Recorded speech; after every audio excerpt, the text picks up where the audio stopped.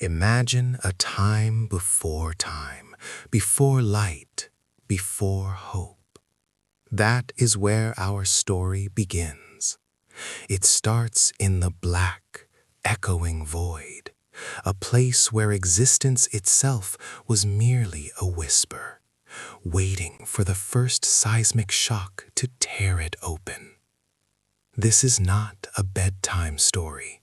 This is the true history of the gods, steeped in generational blood and unspeakable betrayal. The beginning was not peace. The beginning was chaos. Not disorder in the way we understand it, but the infinite yawning gulf, the absolute absence of everything. Out of this terrifying, self-consuming void, two colossal, fundamental entities screamed into existence, tearing reality apart with their sheer, impossible scale. First came Gaia, the earth itself, the dense, fertile, unbreakable foundation upon which all things would one day stand. She was the mountain, the valley, the unbreakable promise of matter. And simultaneously, she birthed the crushing darkness of the heavens above, Uranus.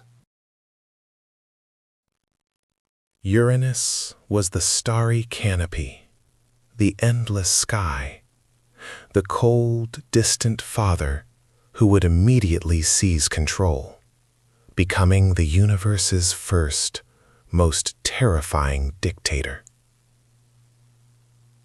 Can you believe that the very structure of our cosmos, the sky meeting the earth, was born from a union that quickly devolved into the most sickening, primal tyranny imaginable?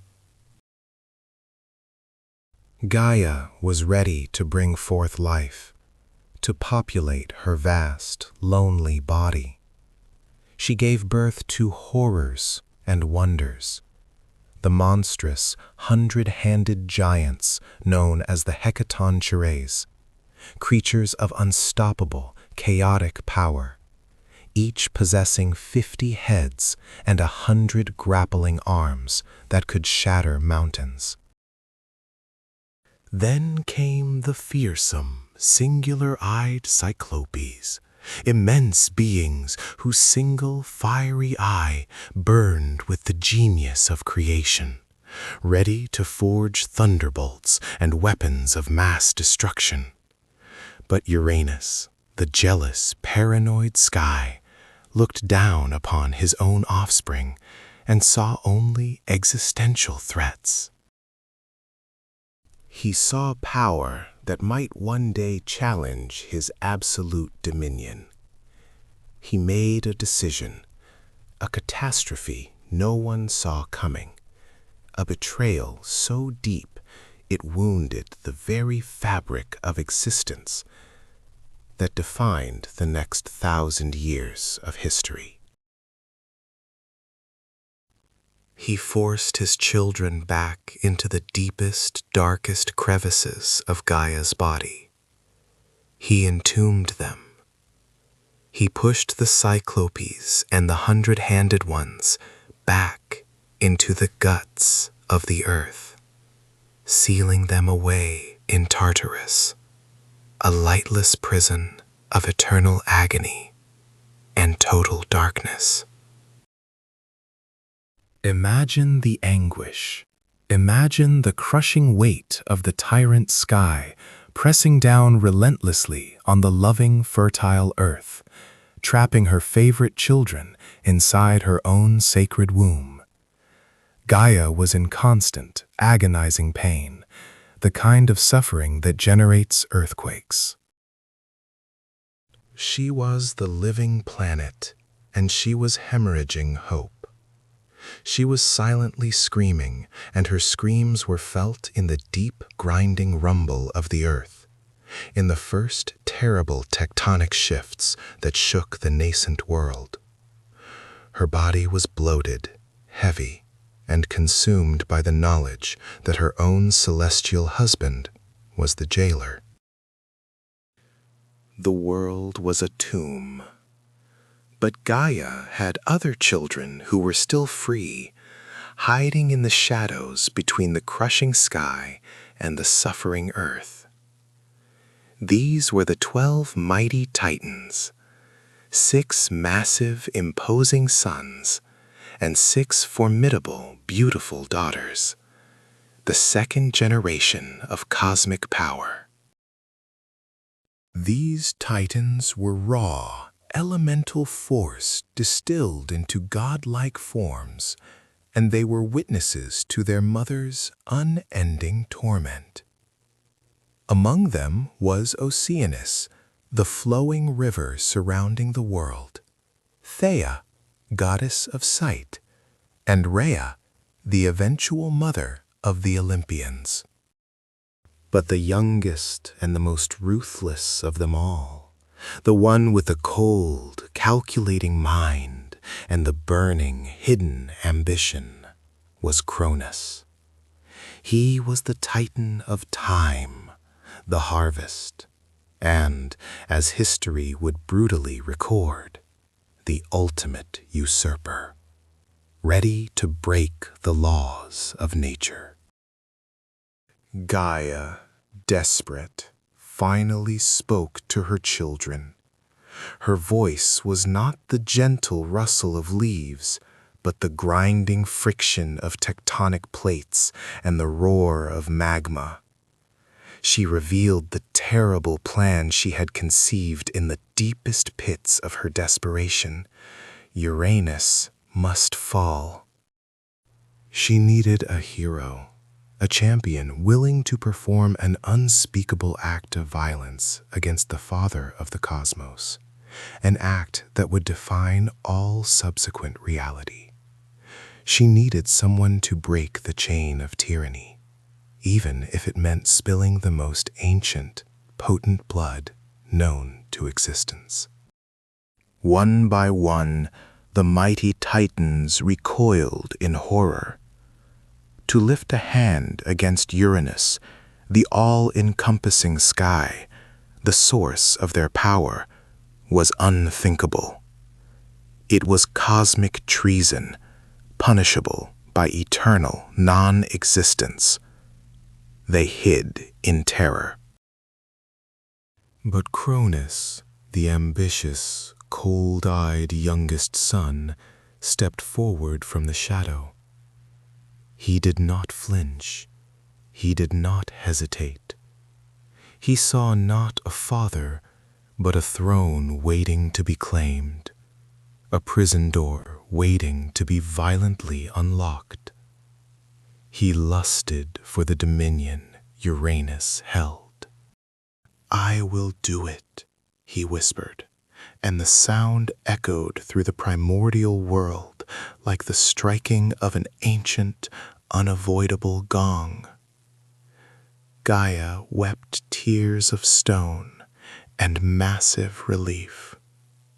She presented him with the ultimate instrument of fate, the adamantine sickle. This was no mere farming tool.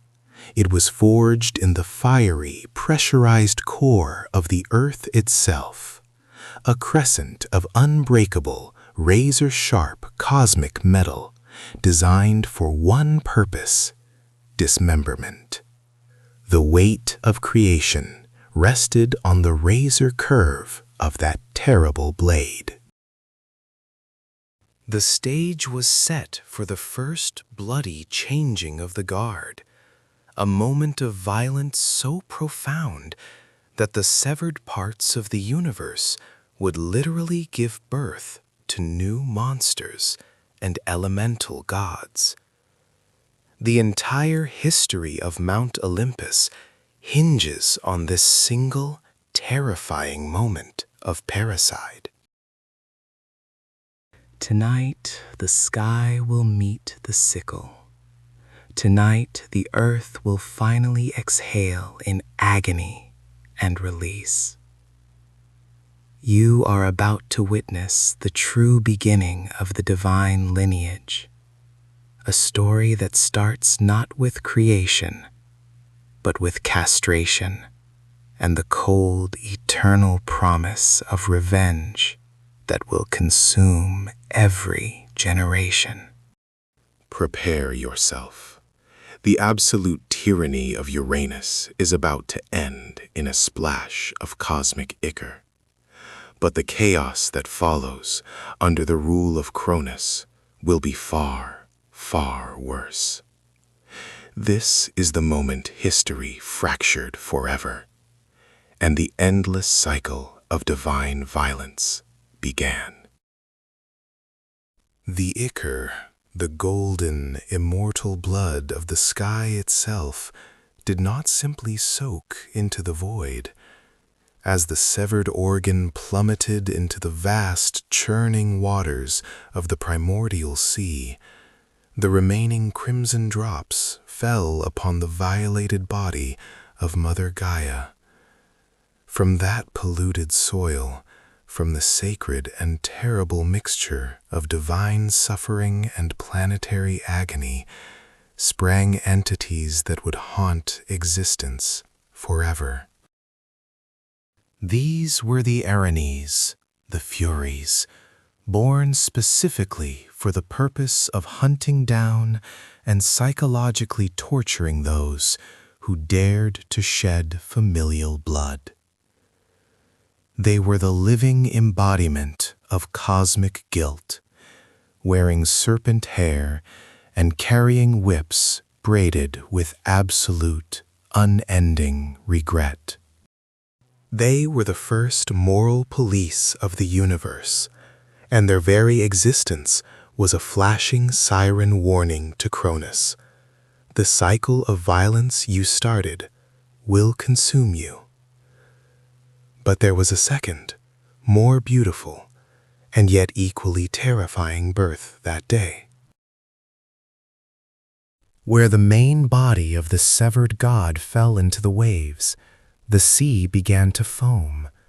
A great, blinding, pearlescent foam rose up, hotter than 1,000 suns, and from that foam emerged the most beautiful, most devastating force the cosmos would ever know: Aphrodite.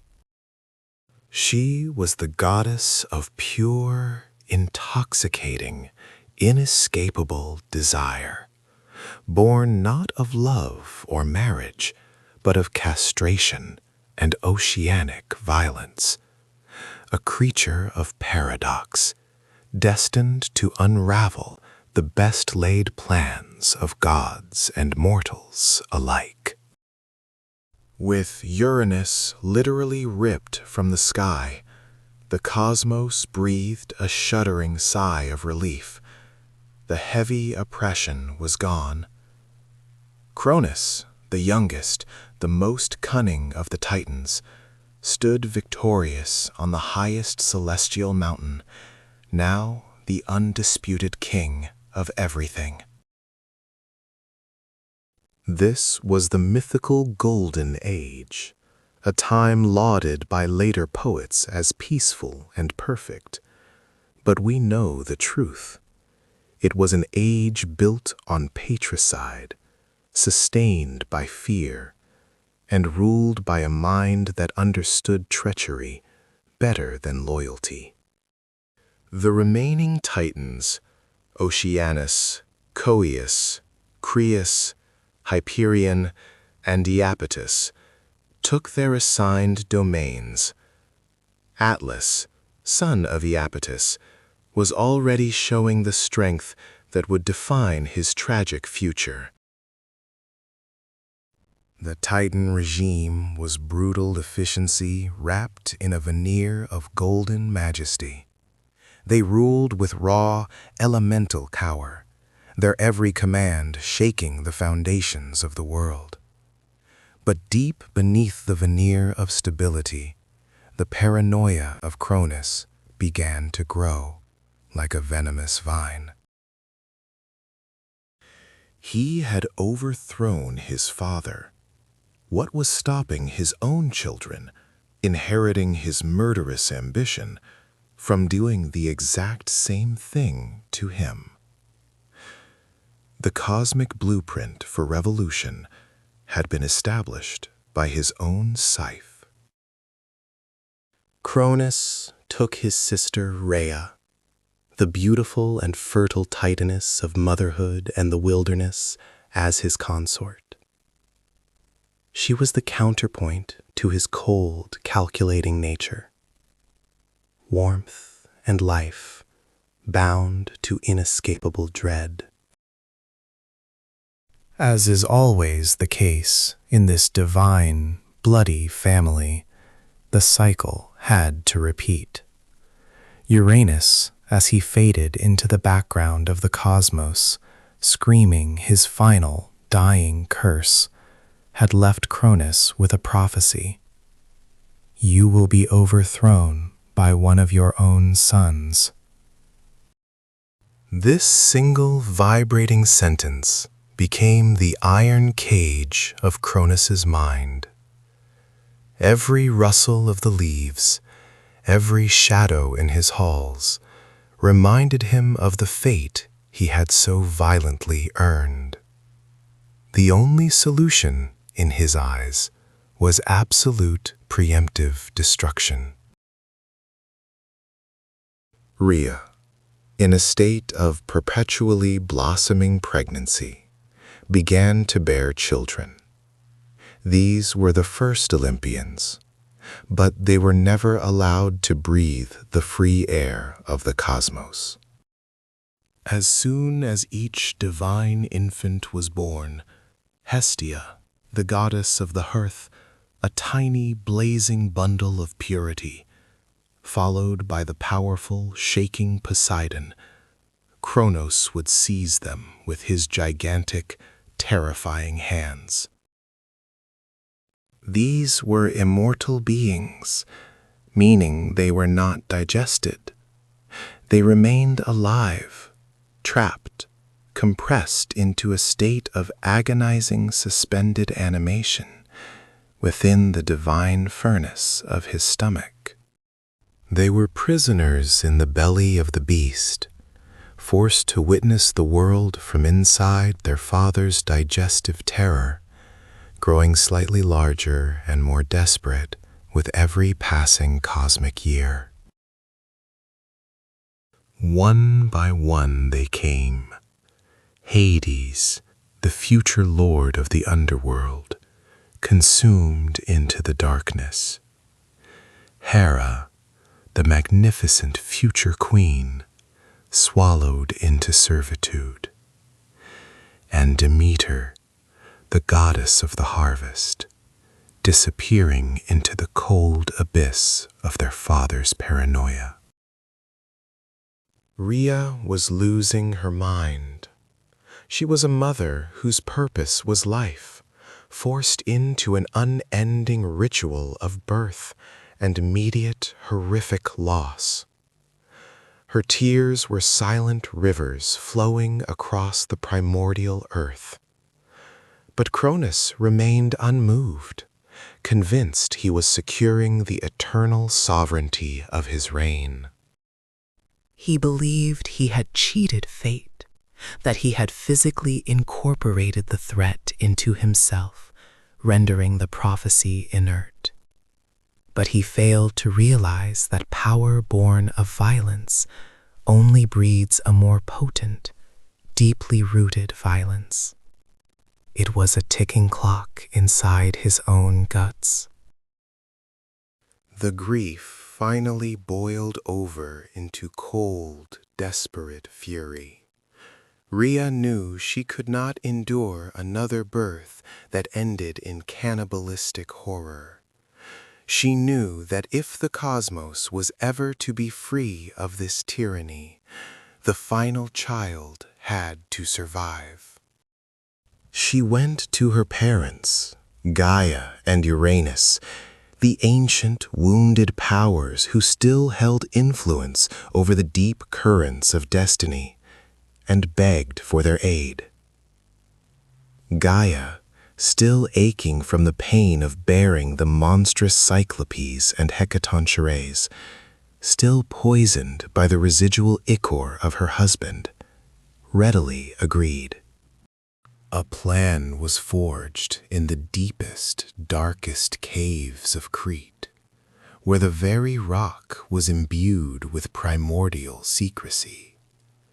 Rhea would soon give birth to the final child, the most dangerous one, the one destined to shatter the golden age forever.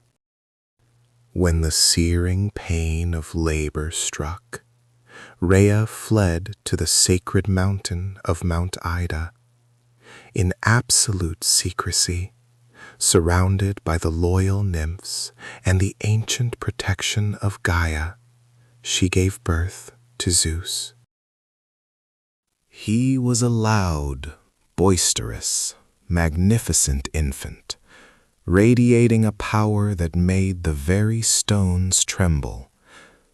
But the relief was short-lived. Cronus was coming. He could feel the vibrational shift in the cosmos that signaled a new divine life.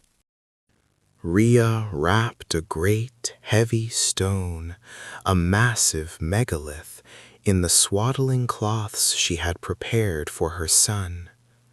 She rushed back to the palace, her face a mask of exhaustion and faux maternal pride. Cronus was waiting, his eyes dark, his patience non-existent.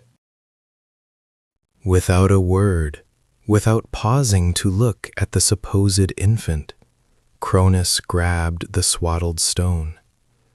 With a sound like the grinding of mountains, he swallowed it whole, believing he had consumed the final threat. The stone landed heavily in his gut, resting amongst the compressed forms of his other children. Cronus sighed, the fear temporarily relieved, believing himself invincible. He had swallowed his own end, and the stage was now set for the most spectacular, universe-shattering war ever conceived. Meanwhile, safe on the remote slopes of Crete, the true infant god, Zeus, was growing at an alarming, impossible rate, nourished by goat's milk and the pure, concentrated fury of a betrayed mother, preparing to tear his father's world apart from the outside in. The Titans were about to face a reckoning they never saw coming, orchestrated by a child they thought they had already eaten. His name was Zeus, and he was the thunder waiting to strike. The air in the halls of Mount Othrys was thick with false security, a suffocating arrogance that had settled over the cosmos since the castration of Uranus. Cronus, the paranoid king, sat on his obsidian throne, utterly convinced that he had swallowed destiny whole, digesting his future and eliminating any threat to his eternal, cold reign. He did not realize that the young, charismatic cupbearer who served his sweet, foaming nectar was not a loyal servant, but the meticulous architect of his most agonizing, immediate downfall. This was Zeus, the son who had cheated the endless void of his father's stomach, now moving through the palace shadows, a whisper of vengeance barely contained in muscle and bone. His mission was simple, yet strategically impossible. Make the king vomit up an entire fully grown generation of gods, creatures of immense power who had been trapped in digestive darkness since their birth. Zeus needed help, and the only being capable of manufacturing such a potent substance was Metis, the titaness of clever counsel and deep revolutionary thought.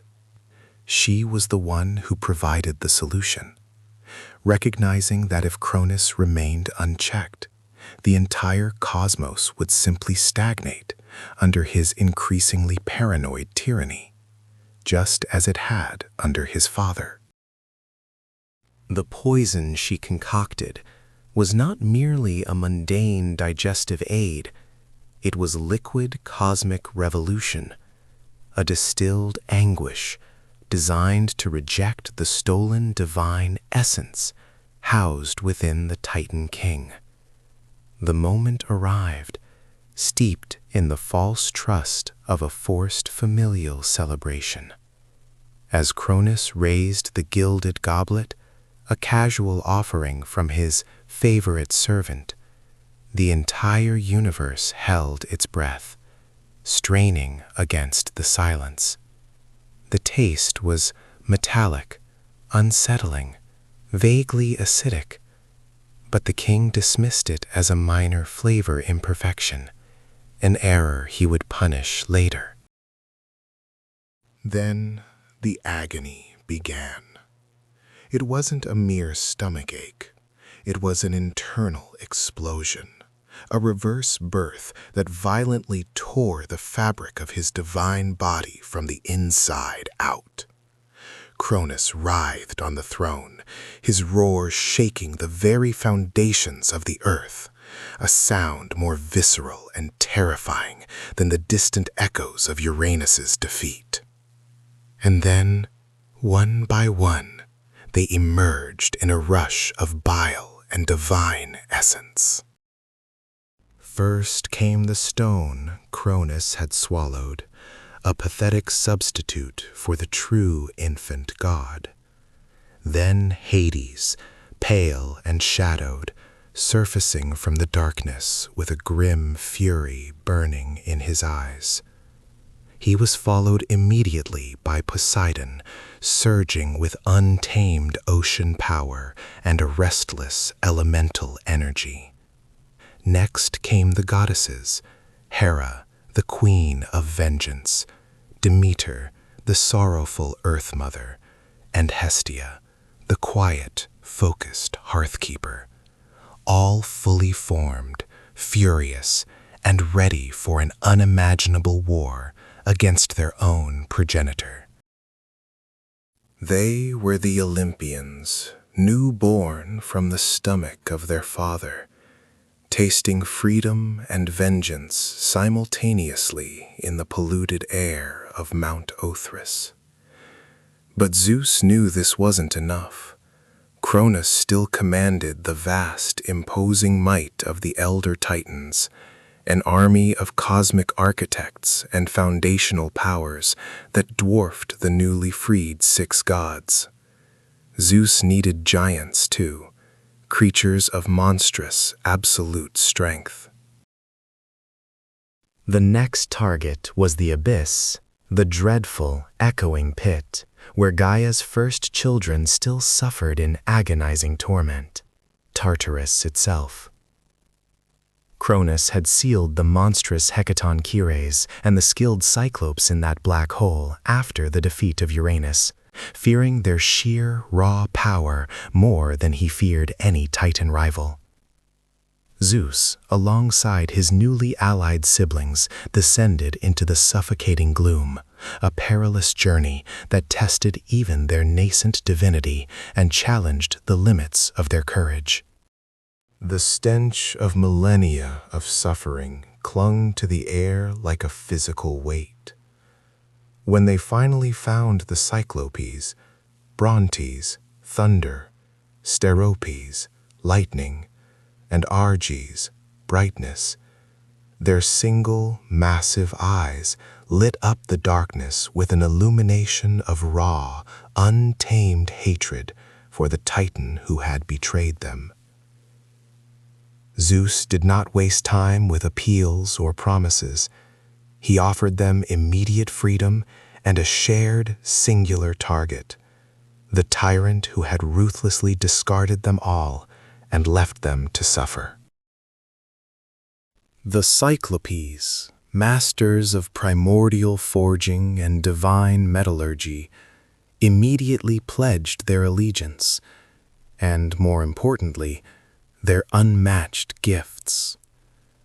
For Zeus, they swiftly crafted the terrifying, legendary weapon that would immediately define his rule and strike fear into the hearts of all immortals: the thunderbolt, a volatile force of pure, destructive plasma capable of leveling mountains and shattering the cosmos. For Poseidon, they forged the mighty trident, capable of summoning instantaneous earthquakes and devastating tidal waves from the deepest trenches of the sea. And for Hades, they cloaked him in the helm of darkness, rendering him completely unseen, an untouchable shadow moving silently across the battlefield, ready to claim souls. Meanwhile, the Hecatonchires, Cottus, Briareus, and Gyges, with their 100 grappling hands and 50 fearsome heads, promised brute, tireless strength, far surpassing anything the Titans commanded. Their very presence was a weapon, capable of tearing mountains from their bedrock and crushing entire armies under a deluge of rocks and debris. The sides were violently drawn. The Titans gathered on Mount Othrys, ancient, imposing, and brimming with misplaced confidence in their eternal lineage. The new gods, the Olympians, established their fiercely defended fortress on the dazzling cloud-capped heights of Mount Olympus, sharp and hungry for the radical change they knew they deserved. The resulting conflict, the greatest and most devastating war the cosmos had ever known, was immediately christened the Titanomachy. It was not a series of skirmishes or minor battles. It was 10 years of unyielding, constant, existential devastation that threatened to unmake existence itself. The scale was absolutely incomprehensible. Mountains were ripped violently from the earth and hurled across the skies like pebbles. The seas boiled under the strain of Poseidon's relentless, untamed rage. Cronus and his powerful brothers, Atlas, Menoetius, Epimetheus, and Prometheus, who would eventually switch sides, recognizing the painful, inevitable rise of Zeus, poured their primordial strength into the fight, desperately trying to crush the upstarts before they could solidify their position. Every single clash between a towering Titan and a powerful Olympian was a catastrophic, earth-shattering event. Hyperion, the colossal Titan of light, battled fiercely against Hades, the absolute shadow, plunging vast swaths of the battlefield into blinding inferno, followed by moments of absolute, suffocating dark. Even Oceanus and Tethys, the neutral titans of the great waters, found their watery domains violently disturbed by the sheer kinetic force of the endless thunderbolts.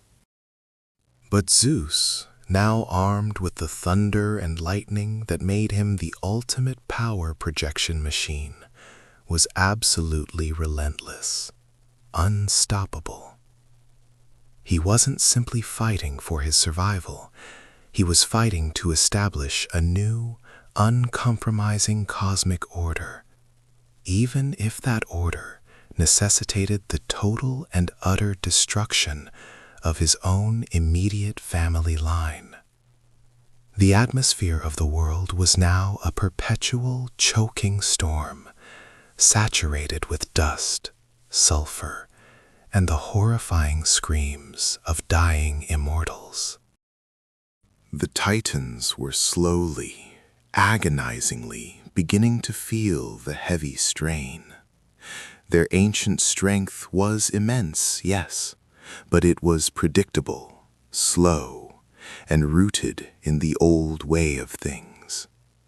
The Olympians, younger, faster, and armed with the deadly cyclopean ingenuity, were applying overwhelming, precise force, exactly where the colossal Titan defenses were weakest and most vulnerable. The tide was turning, slowly, violently, toward the new dawn. This wasn't merely a war for simple territory. It was the violent, cosmic replacement of one foundational principle by another. Cronus's reign, founded on consuming fear and internal stagnation, was about to be utterly obliterated by the sheer, blinding power of Zeus's calculated, unforgiving fury. The greatest battle was yet to come, and the world was about to be remade by divine lightning. The world did not merely wait, it shuddered. Cronus had been defeated, yes, but the echo of his scream as he was ripped from power was merely the opening salvo in a war that would redefine reality itself. Zeus, standing on the precipice of true divinity, knew that simply defeating his father was not enough. The remaining Titans, his aunts and uncles, the very elemental forces that held the cosmos together, would never bow to a generation they saw as merely spoiled children. He had tasted freedom, and now he craved absolute dominion. The time for subtlety was over. It was time for unparalleled, systemic violence. The great cavern where Cronos had imprisoned his swallowed siblings was empty, but the agonizing, world-crushing children of Gaia, the Cyclopes and the Hecatonchires, still groaned in the deep, dark chasm where Uranus had thrown them centuries ago. Zeus, guided by the cold calculation that defined his leadership, knew brute strength alone would fail against the entrenched, primordial power of Mount Othrys, the Titan's great stronghold. He needed allies older than the stars themselves, and he needed weapons forged not of bronze, but of raw, screaming, cosmic energy. His first pilgrimage was to the heart of the abyss, to free the Cyclopes, those one-eyed giants whose very gaze could melt bedrock, whose hands possessed the uncanny ability to manipulate raw, unbound creation. They did not offer allegiance out of fear, but gratitude, their massive, blistered hands immediately setting to work in the heart of the newly formed fortress of Olympus. Their payment for freedom would be the arsenal that shattered the old world. For Zeus, they crafted the ultimate weapon, the thunderbolt. Not mere fire, but concentrated existential fury, capable of splitting mountains, incinerating oceans, and searing the very fabric of fate. This was the instrument of absolute authority, the sound of which would forever replace the heartbeat of the cosmos. For Poseidon, they forged the trident, a weapon so attuned to the earth's fury that a single thrust could summon tidal waves and earthquake tremors, capable of cracking the planet's very shell. The sea and the earth would now fight on the side of the usurpers. And for Hades, the destined ruler of the underworld, they presented the helm of darkness, the ultimate tool of stealth, rendering its wearer utterly and completely invisible, an assassin walking through the shadows of existence itself. Armed with these instruments of cosmic destruction, the Olympians, Zeus, Poseidon, Hades, Hera, Demeter, and Hestia, stood ready on their command post, the highest peak in existence, the glittering, terrifying fortress known as Mount Olympus. Across the abyssal divide, barely visible through the swirling clouds of primordial dust, the Titans gathered on the brutal, jagged heights of Mount Othrys. They were ancient, slow to anger, but their power was primordial and unyielding. Cronus, though mutilated and imprisoned, still commanded the loyalty of his siblings. Atlas, the unyielding general, Hyperion, the blinding lord of light and the sun, Coes, the titan of intellect, and Creus, the master of constellations. This was not a skirmish.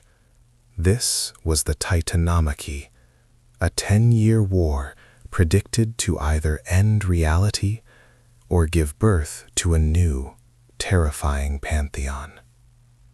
The stakes were nothing less than total dominion over time, space, and destiny. But Zeus had one more ace, one final, horrific advantage waiting in the depths of Tartarus.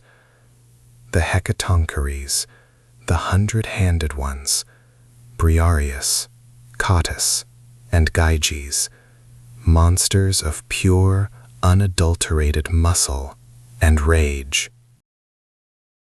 They were the living embodiments of Gaia's pain, creatures so monstrous that Uranus himself had buried them deep to save his own sanity. Now, Zeus offered them freedom, and in return, they became his artillery. Their arrival was not tactical, it was geological. 100 hands, each capable of lifting small mountains, meant they could hurl hundreds of colossal, house-sized boulders simultaneously at the enemy stronghold. This was artillery on a cosmic scale, capable of burying Othrys under sheer unbearable weight of stone and raw earth. The Titans looked down from their fortress, expecting a conventional war of gods, a grand clash of strength and sorcery. They saw instead the sky darkening with an impossible, earth-shattering barrage of stone, rock, and fire, hurled by monsters they had forgotten existed. Then came the sound, the first true thunderbolt, a searing, screaming shard of concentrated power ripped through the atmosphere, striking the very foundation of Mount Othrys. It was the sound of a universe being fundamentally reordered, the definitive announcement that the age of brutal, elemental power ruled by the slow Titans was instantly, violently over. The age of lightning, of calculated strategy, and of uncompromising fury had violently begun, and the war for existence had been officially declared. The Titans, powerful as they were, had never faced true industrialized cosmic warfare, and Olympus was about to show them exactly what divine modernization looked like. The transition from threat assessment to total cosmic annihilation was instantaneous. The declaration of war had been made, But the true scope of the Titanomachy was only revealed when Zeus unleashed his first coordinated assault. The Olympians, young, hungry, and frighteningly efficient, operated with a singular, blinding focus that the sprawling, ancient Titan forces simply could not match. Cronus watched from his heavily fortified stronghold on Mount Othrys, his gaze clouded by a fatal cocktail of paternal disdain and pure, primal rage. He still viewed Zeus as the infant he had swallowed, failing utterly to grasp that he was now facing the greatest strategic mind the cosmos had ever known. Zeus knew that the Titans relied on sheer inertia and mass. They were the immovable object. To win, he had to become the unstoppable force, shattering their unified command structure before they could consolidate their millennia of power against his fledgling forces. His base on Mount Olympus was not just a fortress. It was the crucible of modernization, a training ground where every god and goddess was taught the brutal efficiency of industrialized warfare. The first shots fired were not mere arrows or spears. They were concentrated bursts of stellar fury. Zeus, armed with the deadly, crackling power of the thunderbolt, a gift forged in gratitude by the freshly liberated Cyclopes, struck first, aiming directly at the morale of the enemy. The sound of the thunderbolt tearing through the sky was the sound of reality itself being shredded, a noise that deafened the primordial Titans who had only ever known the slow, grinding rumble of geological time. Imagine the elder Titans, Coeus, Creus, Iapetus, pillars of ancient power, suddenly confronted by a weapon that could incinerate a mountain range in a millisecond and disappear before the aftershocks subsided. They were giants built for wrestling mountains, not for dodging light-speed projectiles. Their defensive formations, perfected over eons, were useless against the surgical precision of Olympian technology. The very air around Mount Othrys became toxic with the smell of ozone and burnt rock, a testament to Zeus's overwhelming, terrifying aerial superiority. But the assault was not confined to the skies. While Zeus rained divine fire from above, his brothers controlled the other two essential theaters of conflict. Poseidon, the earth-shaker, plunged his massive, newly acquired trident deep into the continental plates, summoning earthquakes of unimaginable magnitude that ripped vast, screaming fissures across the battlegrounds. These were not random tremors. They were coordinated, tactical strikes, designed to destabilize the Titan's foundation, keeping them perpetually off balance and unable to form a defensive line. Every time a Titan moved to rally, the ground beneath their colossal feet would liquefy or collapse, sending shock waves of chaos through their ranks. Meanwhile, Hades, the third brother, operated in the shadows, the true master of stealth and psychological warfare. Using his helm of darkness, which rendered him invisible to all cosmic sight, he moved silently through the vast subterranean supply lines and communications networks of the Titan forces. He didn't fight soldiers, he fought logistics.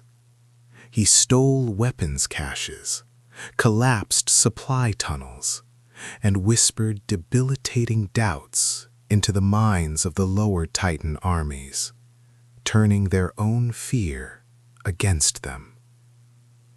The Titans found themselves fighting a ghost war, constantly harassed and undermined by an enemy they could not see, whose very presence seemed to drain their will to fight.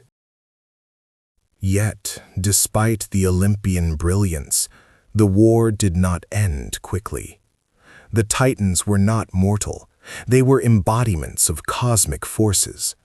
Their massive forms, forged from the raw, resilient material of Gaia, made them nearly immune to anything short of total, continuous annihilation. They possessed an almost infinite reserve of stamina, a geological resilience that defied the short, sharp shock of Zeus's lightning. The war settled into a brutal, grinding stalemate that lasted 10 agonizing years. A decade of ceaseless, world-shaping violence, where the fields of battle stretched from the highest peaks of the Himalayas to the deepest abyssal trenches of the newly formed seas. Gaia herself, the Earth Mother, cried out in continuous pain, her surface scarred by the constant exchange of divine energy. The world was utterly unrecognizable, a perpetual storm of fire and shaking earth, and the Titans believed that time was their ultimate ally. Cronus remained stubbornly entrenched in his headquarters, his mind unable to pivot. He believed the Olympians, driven by youthful fire and temporary rage, would eventually burn out, exhausted by the sheer effort required to maintain their blistering pace. He saw Zeus's constant striking as a sign of desperation, a reliance on clever tricks rather than true disciplined strength. This arrogance, this fundamental failure to understand the tactical depth of his youngest son, was the single greatest vulnerability of the Titan regime. While the Olympians maintained a relentless pace, fueled by adrenaline and unity, the Titans slowly grew brittle, relying too heavily on brute force and their established history. The tide, slowly, imperceptibly, began to shift, not because the Olympians were physically stronger, but because they were strategically smarter, using every advantage offered by their speed and maneuverability. Zeus understood that to break the stalemate, he needed to stop fighting the giants he was familiar with and start fighting the sheer, unimaginable terror he had only just remembered. The initial phase of the Titanomachy was complete. The field had been cleared, the Titans were isolated, and Olympus was ready to play its terrifying final card. A card that involved allies so monstrous, so ancient, and so powerful that they had been imprisoned since the beginning of time itself. The war had ground down to a horrifying, painful stalemate, but the momentum was undeniably shifting toward the old regime. Kronos had the advantage of inertia, the oppressive weight of time and overwhelming numbers, and Olympus was bleeding out, its morale shattered by the sheer impossibility of defeating a force led by the god who had already overthrown his own father. The divine siblings stood on the precipice of obliteration, knowing that every strategic retreat was merely delaying the inevitable, brutal victory of the Titans. Zeus, however, was not one to accept the narrative of defeat. He had a secret card, the most terrifying, most dangerous gambit in the cosmic deck. He had to descend into the ultimate prison, the blackest pit of Tartarus itself. He plunged into the abyss, leaving the light of battle behind. seeking the allies his father Kronos and grandfather Uranus had both feared and locked away, the Cyclopes and the Hecaton Kyries. This journey was not simply a walk through a cave. It was a physical descent into the screaming nightmares of the universe, a region so saturated with primal suffering that the very air was corrosive. Zeus, guided by the ancient counsel of his grandmother Gaia, navigated the terrifying, sentient darkness, the psychic residue of ancient trauma pressing against him. He was walking into the heart of the original sin of the cosmos, facing the very beings who had been forced to endure the agonizing pressure of the nascent world while trapped within Gaia's womb.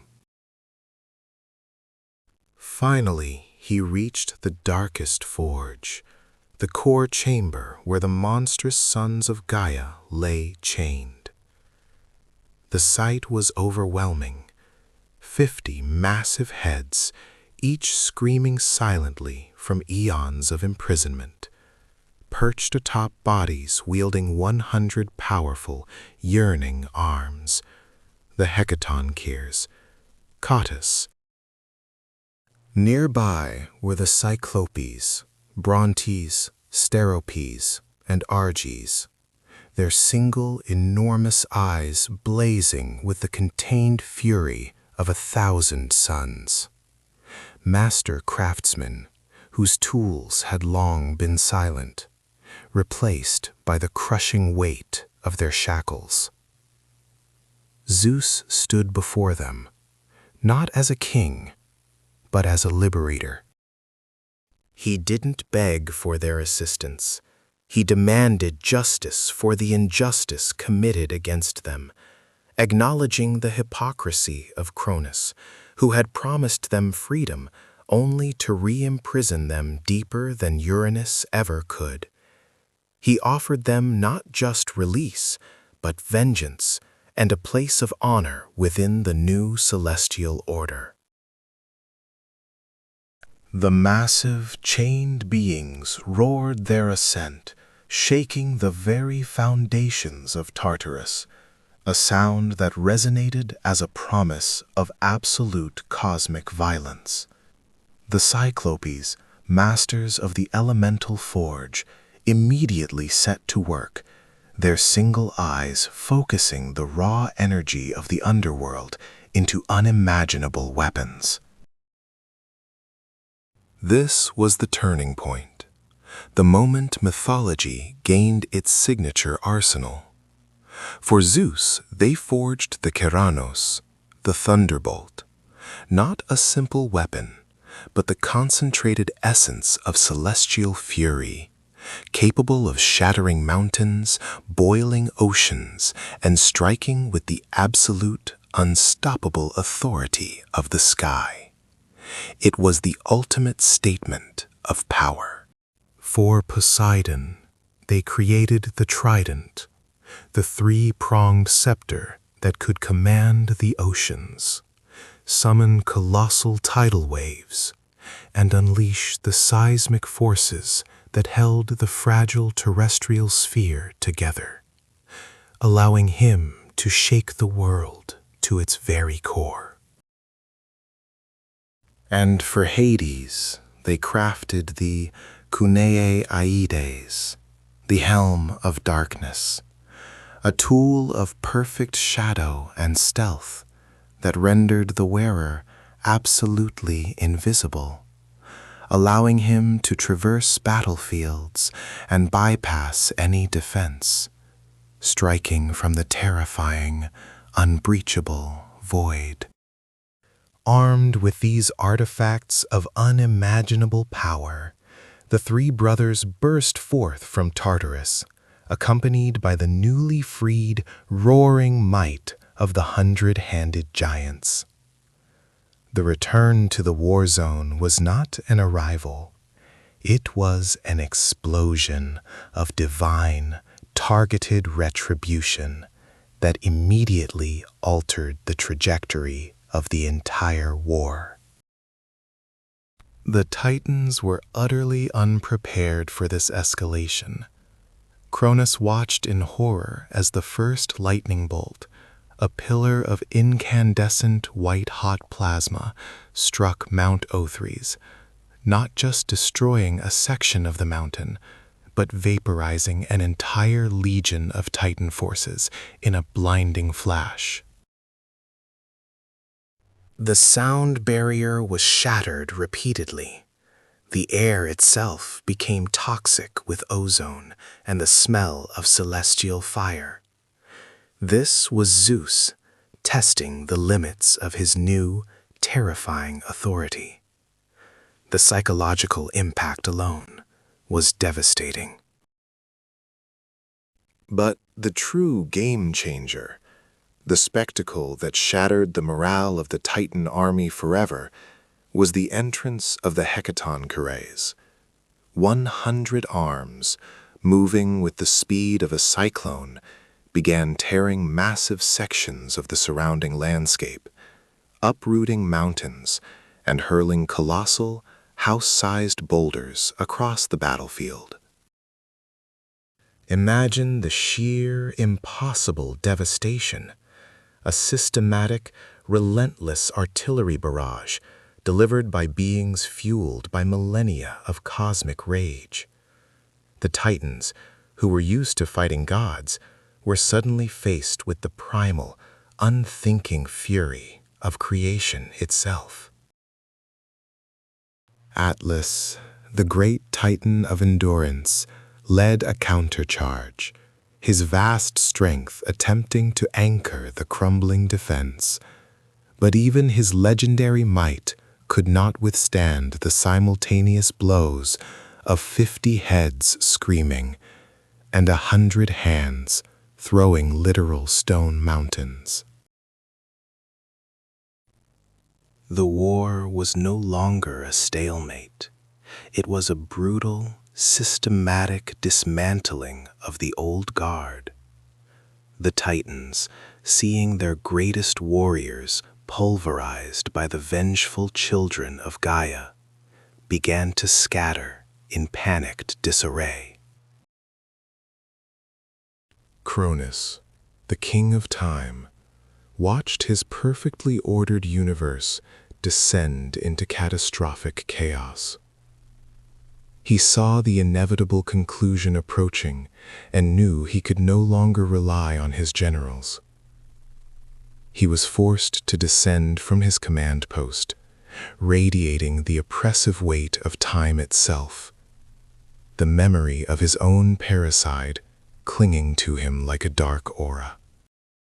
He appeared on the battlefield, armed with the ancient scythe, the curved blade that had first tasted cosmic blood, determined to face the sun who dared challenge the continuity of time. He met Zeus in the center of the collapsing world. This was not merely a duel. It was the collision of two absolute forces, the static, suffocating power of time embodied by Kronos versus the explosive, chaotic, liberating power of the storm embodied by Zeus.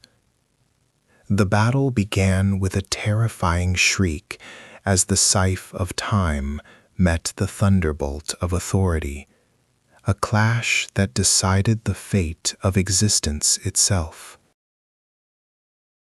The rupture that followed the initial clash between the scythe and the thunderbolt was not merely a sound, but a tearing of reality itself, a scream that echoed through the yet unformed nebulae of the cosmos. Kronos, the king of time, roared in disbelief, his mighty form reeling back as the pure, incandescent energy of Zeus's revolutionary weapon slammed into his celestial armor. This was not the timid, easily consumed child he had faced in his nightmares. This was the unleashed storm, the vengeful air burning with the accumulated fury of the universe's suffering. The air immediately thickened into a dreadful, suffocating miasma of sulfur, molten rock, and ozone. The Titanomachy, the War of the Titans, had begun in earnest. A cataclysmic conflict spanning 10 long, grueling years. A decade during which the fate of existence hung precariously balanced between stagnant tyranny and chaotic, ambitious freedom. On one side stood Mount Othrys, the ancient, obsidian throne of the Titans, led by Cronus, the paranoid patriarch, flanked by the crushing might of Atlas, the intellectual calculation of Coeus, and the brute force of Iapetus. They represented the old order, unyielding and bound by the weight of inherited power. Facing them on the majestic, cloud-piercing heights of Mount Olympus stood the Olympians, Zeus, the undisputed master strategist, flanked by the volatile, earth-shaking Poseidon, the silent, terrifying Hades, and their sisters, the foundational goddesses Hestia, Hera, and Demeter. Despite the terrifying speed and unpredictable nature of Zeus's lightning bolts and the strategic unity of the Olympians, the sheer, crushing physical might of the Titans seemed inexhaustible. They were the original sons of Gaia, their bones hardened by the primordial ages, their endurance limitless.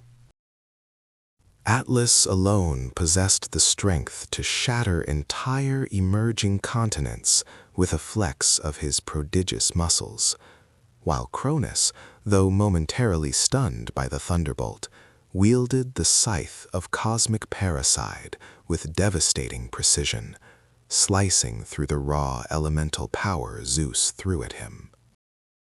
The war quickly devolved into a bitter stalemate, a grinding, terrifying war of attrition where neither side could gain the decisive advantage. Every victory was costly, every engagement a near annihilation. The early cosmos shuddered under the stress, the primordial seas boiling and the nascent stars momentarily dimming under the shadow of such immense conflict. The tide of battle turned, however, not on a great charge or a miraculous new strategy, but on a memory, a whisper from the deep, throbbing heart of the Earth Mother, Gaia. Still aching from the injustice inflicted upon her earliest, most monstrous children by Uranus and perpetuated by Cronus, she reached out to her revolutionary grandson, Zeus. She revealed the terrible, forgotten secret. The key to defeating the old gods lay locked beneath them, deep in the absolute, lightless, abyssal pit of Tartarus itself, where the true terrors of the universe had been wrongfully imprisoned. Zeus, realizing that brute strength was not enough, gathered his forces and, with his brothers, Poseidon and Hades, undertook the perilous descent into the pit, a journey into the pre-dawn depths that even the bravest gods feared to contemplate.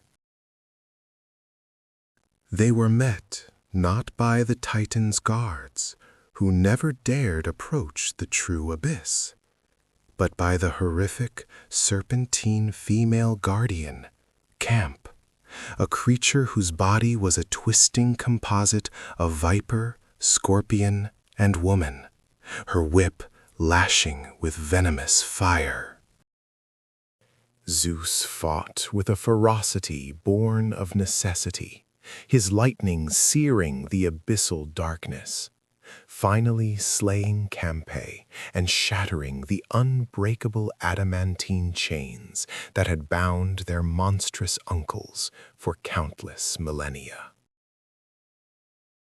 As the gates of Tartarus exploded outward, a terrifying, joyful roar echoed across creation, a sound that promised salvation to the Olympians and utter doom to the Titans. The Cyclopes, Brontes, Steropes, and Arges, and the Hecatonchires, Briareus, Cottus, and Gyges, were finally free.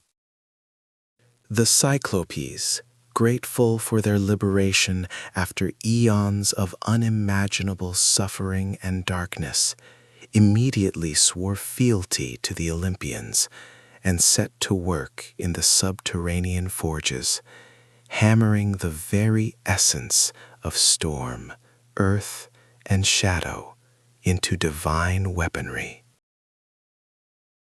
For Zeus, they refined the ultimate tool of authority, enhancing his divine lightning into the aegis-shattering thunderbolt, a weapon of such focused, incandescent power that it could incinerate mountains with a mere glance and split the cosmos with a single throw.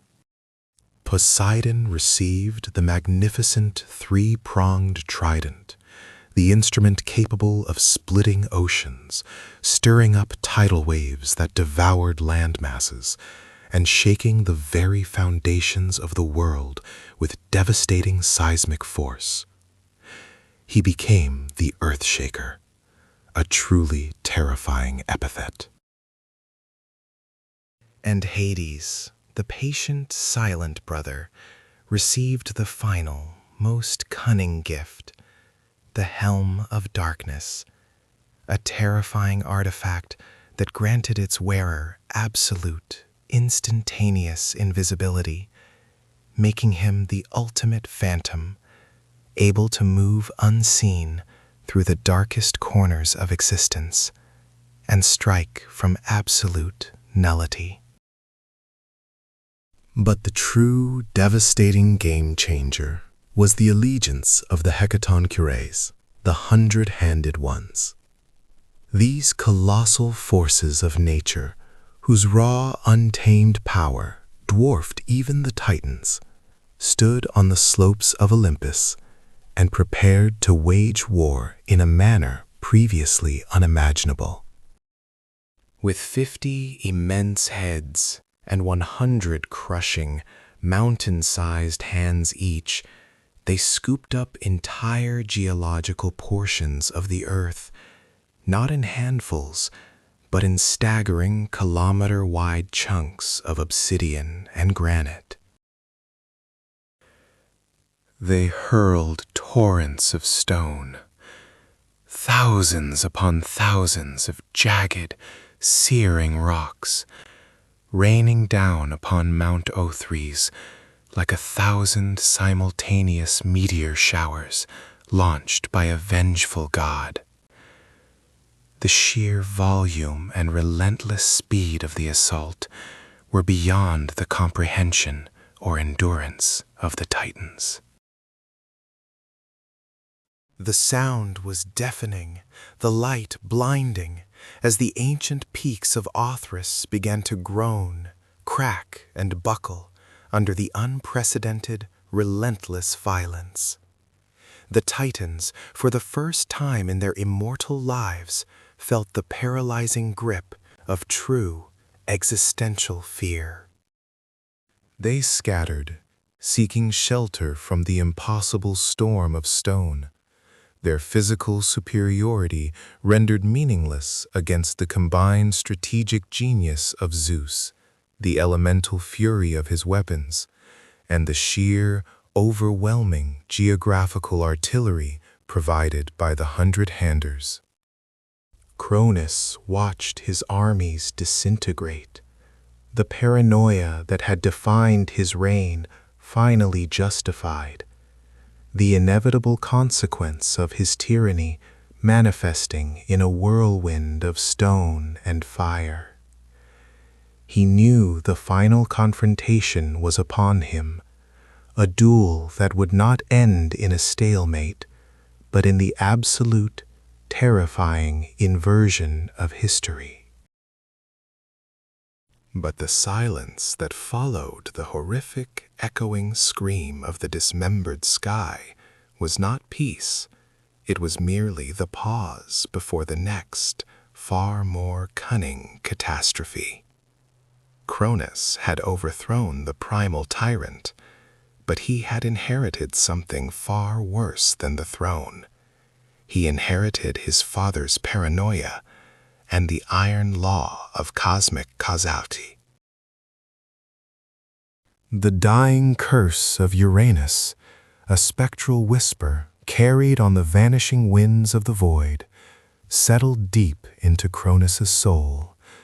You who cast down your own parent are destined to be cast down by your own child. This prophecy was not a simple threat. It was a poison that corroded the very foundation of his magnificent reign, turning every moment of triumph into a fearful vigil. Cronus had seen what unchecked power could do, and rather than learn compassion, he learned ruthless preemption. His first act as sovereign was not to build, but to bury, ensuring the monstrous Cyclopean siblings remained chained in the lightless depths of Tartarus, a fear of raw, unrefined power manifesting in a whirlwind of stone and fire. He knew the only way to escape the curse was to ensure history simply stopped, to freeze the inevitable march of time at the glorious moment of his ascent. He married his sister, Rhea, the fertile and beautiful Titaness, but every swelling of her womb was not a sign of familial bliss, but a catastrophic ticking clock leading to his certain destruction. The Golden Age, supposedly an era of utopian ease where the earth gave forth its bounty without effort, was, in reality, a psychological cage for its ruler, driven mad by the fear of succession.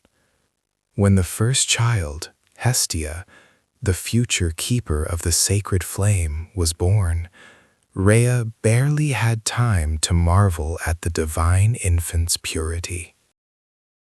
Cronus appeared, gigantic and terrifying, his eyes burning with the cold calculation of a man attempting to defeat destiny by devouring its instrument.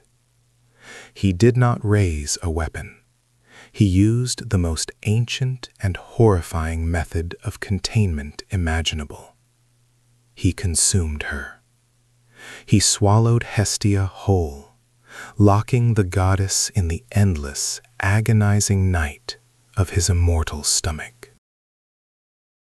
Demeter, the beautiful second-born, destined to command the harvest and the life cycle of the fields, followed Hestia into the black abyss of their father's gut. Then came Hera, the majestic future queen, snatched away before she could utter a single cry, trapped alongside her sisters in the ever-expanding darkness. Cronus was not merely eating his children. He was attempting to eat the future, to dismantle the timeline piece by piece, ensuring that no successor could ever draw a breath of defiance. He had learned nothing from the fate of Uranus, merely repeating the cyclical violence, but with a terrifying, calculated coldness that surpassed his father's primal rage. The male offspring were next in this grotesque, forced assimilation.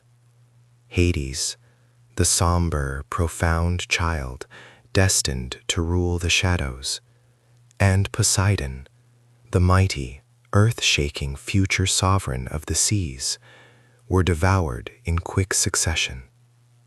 5 fully formed, immortal deities were now sealed within Kronos, preserved but agonizingly confined, their immense, nascent powers building up like spiritual steam pressure against the walls of their tyrannical cage. Rhea was a wreck of sorrow, a mother whose entire existence had been reduced to the role of delivery system for her husband's paranoia. She finally sought the counsel of those who understood true pain and primordial cunning. Gaia, the grieving earth, and the ethereal, still cursing spirit of Uranus. They devised a plan of ultimate, life-saving deception. When Rhea felt the stirrings of her 6th and final child, the one destined to shatter the cycle and redeem the universe, she fled the soaring citadel of Mount Othrys. She traveled in secret to the deep, verdant sanctuary of Crete, the island protected by the colossal embrace of the deep earth. There, hidden in the echoing darkness of the cavern on Mount Dicte, Rhea gave birth to the child who would be named Zeus, the destined wielder of the thunderbolt. The moment of reckoning arrived when Cronus demanded the 6th infant. Rhea, her face a mask of weary sorrow and brilliant, desperate cunning, approached the monstrous titan, carrying a heavy, intricately swaddled bundle. Within the cloth, however, was no god. It was the Omphalos stone, a jagged, cold chunk of earth, meticulously wrapped to mimic the weight and shape of a newborn. Cronus, blinded by his own overwhelming fear and the sheer confidence of his victory, snatched the bundle without hesitation. In a single, repulsive gulp, Cronus swallowed the stone whole, the ultimate symbol of his self-delusion. He believed the universe was now permanently secured, his tyranny absolute, unaware that the true threat was not trapped in his gut, but safely growing, fed on goat's milk, and protected by the clamorous, shield-beating frenzy of the Curetes, the armed guardians who drowned out the sound of the infant god's mighty cries. The Lord of Time was satisfied, believing he had conquered fate, unknowing that he had merely swallowed a rock and provided a perfect dark sanctuary within himself, where 5 powerful gods were waiting, simmering in fury, awaiting the signal for the greatest war the cosmos had ever known.